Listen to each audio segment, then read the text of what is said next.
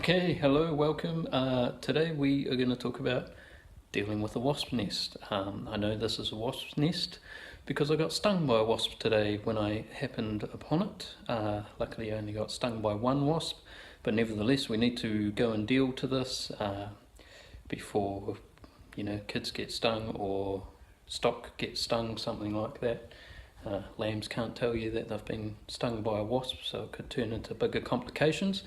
So now there are different types of wasps, different types of nests. So the ones you'll see them building in trees and stuff, you can deal with in the same way, but you would use a spray like this. So this thing sprays like, 20, 30 feet, something like that. Probably says on there how far it goes, up to 4 meters. So that means you can stand a decent distance away while you do it. But I believe what we have, as I've gone and observed it today, is an in-ground nest. So this is a powder. This one is made by Kiwi Care. You can get this at the local hardware store or farm supply store. So this is basically a powder. So when you have, like where the wasps have made themselves a little cave in the side of a hill or something, what you do is you throw the powder into that opening, and then as they come in and out, the powder sticks to their legs, so when they end up back inside the nest, they actually kill the nest that way themselves. There are other ways of doing this that you'll hear people say, like tipping petrol in and that sort of thing and then blocking the hole.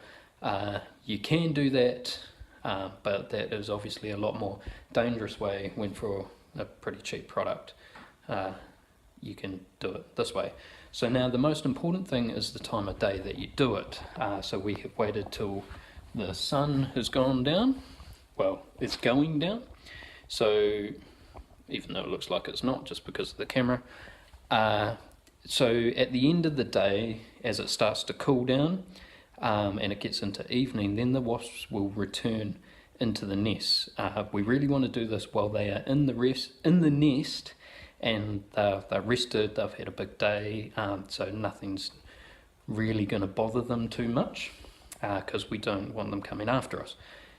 However, we do want to be prepared for if they do come after us. That means we need, one, an escape plan, and two, we need to think about how we're dressing ourselves.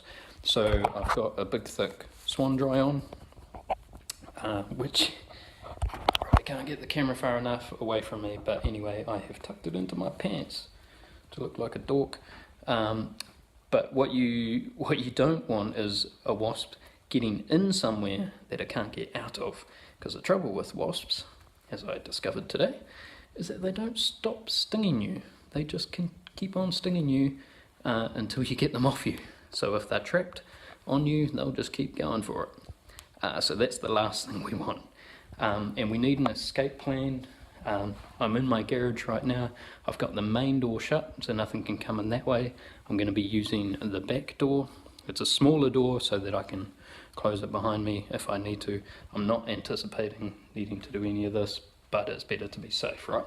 I'm going to chuck some boots on it. Not gum boots, because again, wasps can of course get into gumboots and get trapped in there. So I'm going to use my big boots here. Now as we go over there, we will of course assess the situation to make sure that there aren't too many wasps around. I'm then going to put these, we call these garters, I'm not sure what you call them, just to stop anything getting in the top of my boots. You can be a bit creative with this stuff, you tape stuff around your legs or something. The first time I did this, I also had a mesh. I just got like a cheap mesh from a hardware store that I hooked up actually to my logging helmet.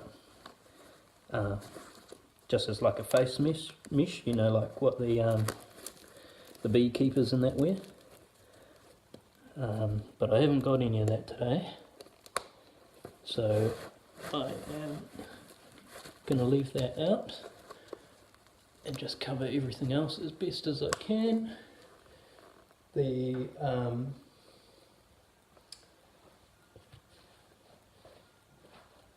last time I did this, I actually didn't encounter a single wasp, but I have just been up to this nest probably half an hour ago, and there were still quite a few around. Okay, and I'm going to use these gloves. These are my spraying gloves actually, but because they've got a like a elastic band on them, so I'll put them over top. Doesn't matter how stupid you look, at least you're not going to get stung by a whole lot of wasps.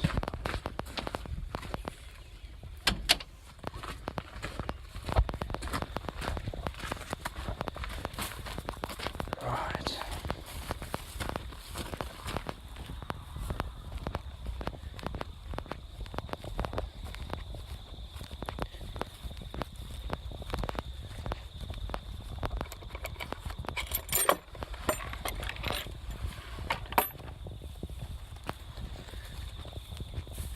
I haven't latched the gate.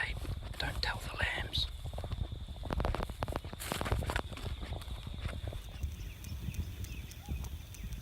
Okay, so we might just wait a little bit longer because there's still a fair number of them flying around.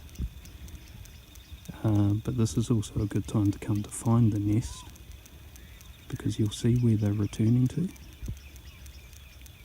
So it looks to me like they're all coming in somewhere down around this stump down here. Okay, so we're just going to give them a bit more time, try and get as many of them back in that nest as we can. The more of them that are in there, the less of them are out here to come at us. Preferably we want all of them to be in there when we do this. So we're just going to wait for it to get a little bit colder, a little bit darker, and then we will have another crack. One of the main things with doing this too is to make sure that you're not fearful. When you're scared of something, your body actually has a chemical response, and it actually releases, I think it's a pheromone, and that's what wasps and bees actually pick up on, and that will make them come for you more. So the more relaxed you are, the more they're going to leave you alone. Alright, so if that means, gearing yourself up more so that you feel safer, then that's a good idea. So the thing with doing the petrol in that is that the petrol's going to aggravate them instantly, whereas this stuff, you can chuck it in the front there and it doesn't really bother them until they go to fly past it.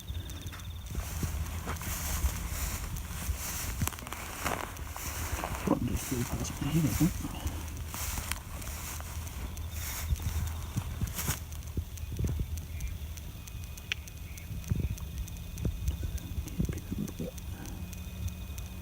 Don't see any flying around.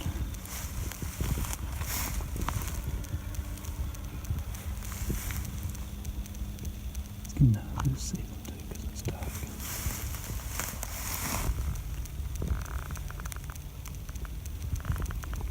There's one still flying around the entrance there.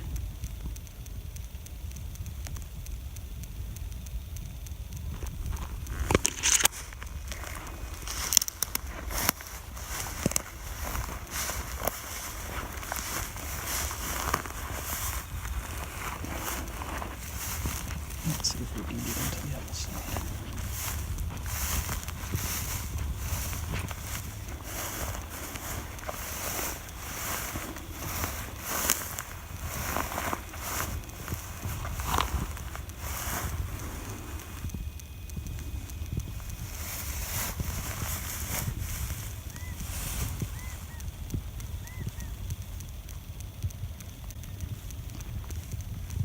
I think I can see that already.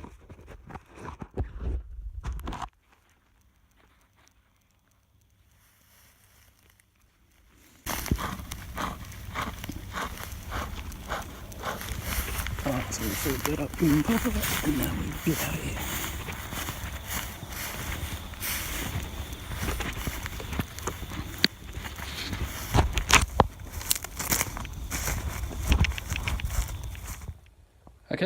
so not a single wasp actually followed us, so that's good. But like I say, by doing it late at night like this, when they're all returned to the nest, and they will get a little bit drowsy and stuff too. That's why you don't see them over winter when it's cold, because they kind of just hibernate. I did end up chucking my logging helmet on just so I had the face shield. So if it did go wrong and a whole lot came at me, I could flick that down, and that would at least deter the bulk of them from my face anyway. So handy if you've got one of those, but that's the sort of mesh stuff you can get from the hardware store that you can sort of drape over a hat and tape it down or something like that. Like I say, you can be a bit creative. So the process is basically exactly the same with the spray. With the spray, maybe don't have to worry so much about them all having returned to the nest, but yeah, it's better if you do. So spray. Cool. So spray for in the trees or wherever. Sometimes they stick them on fence posts, or they're normally just little ones though, but still little ones turn into big ones. Seem to see them in blackberry a lot too, and the stuff for the in-ground ones. Cool. So there's probably other brands and stuff. This is just the one we have there, but it's just a powder form. You just squeeze the bottle and it squirts in. Cool. So nice and easy. That is how to safely deal with a wasp nest. Not a single sting, except for the one I got earlier today, which is how I found out there was a nest there. Alright, let's see what we got this morning.